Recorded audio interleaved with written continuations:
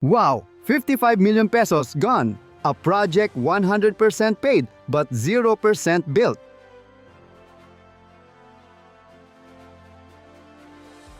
Welcome to Tomas on Air.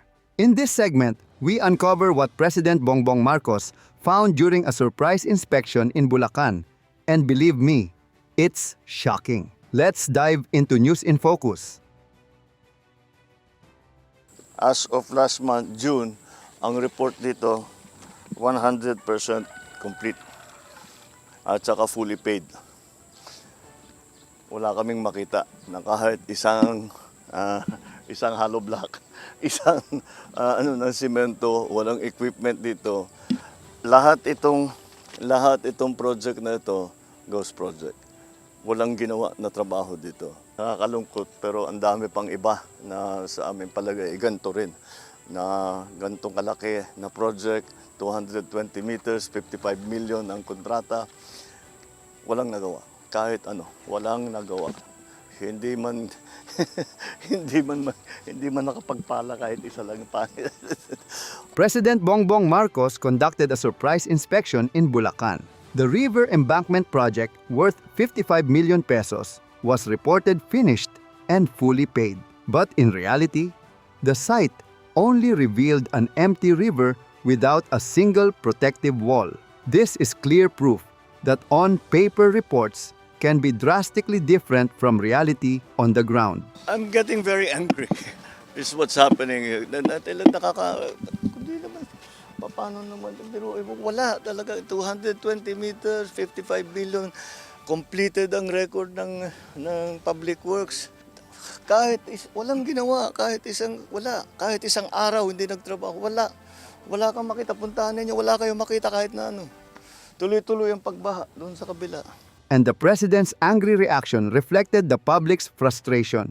How could a project of this scale leave nothing but an empty river? Official documents showed the project was completed. The truth, 0% of the work actually exists. The people's money was spent, yet the protection for residents never materialized. Even worse, the project passed without proper oversight.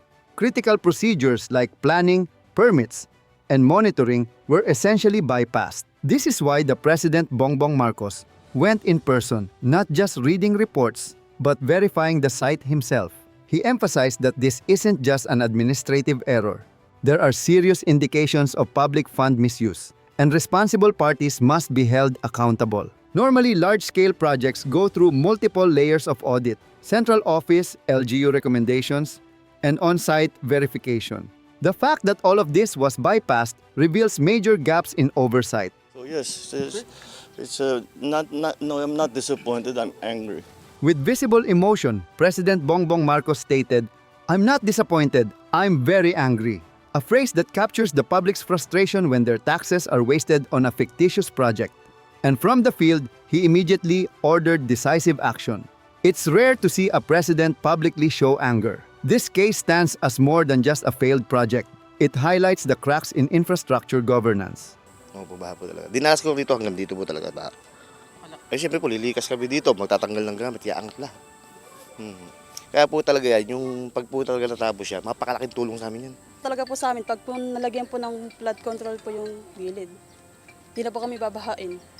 Gusto po namin mapanagot po pong mahawak po ng pag po hindi po natuloy. Sana po BBM, sana po bigyan niyo po kami ng tulong para po gumanda po itong lugar po namin dito po sa Bulacan. The most immediate impact is borne by local residents, like the Flores and Rans families. Without the river embankment, floods repeatedly inundate their homes. This is the face of suffering caused by a ghost project. That's another example of the kind of problems that we have been facing since we put up the website.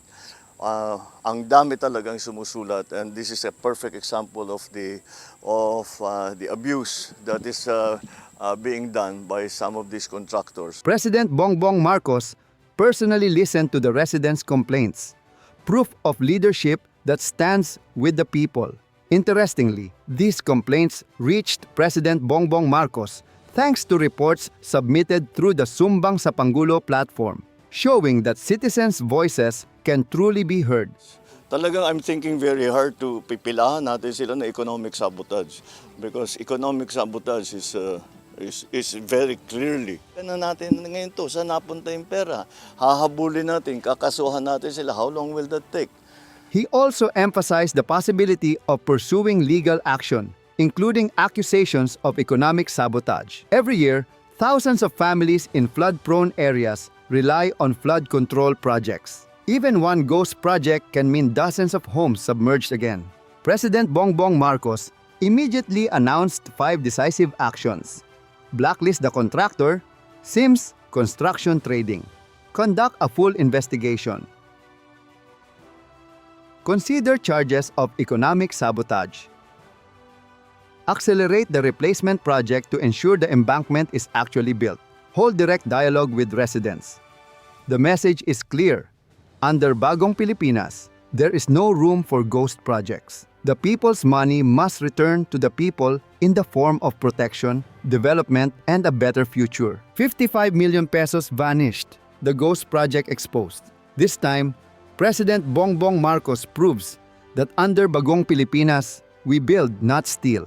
What steps should be taken to prevent cases like this from happening again? Share your thoughts in the comments. Don't forget to like, share, and subscribe for more updates on Tomas on Air News in Focus. Thank you.